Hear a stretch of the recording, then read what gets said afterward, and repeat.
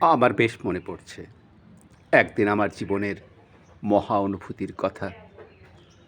আমার ছেলে মারা গেছে।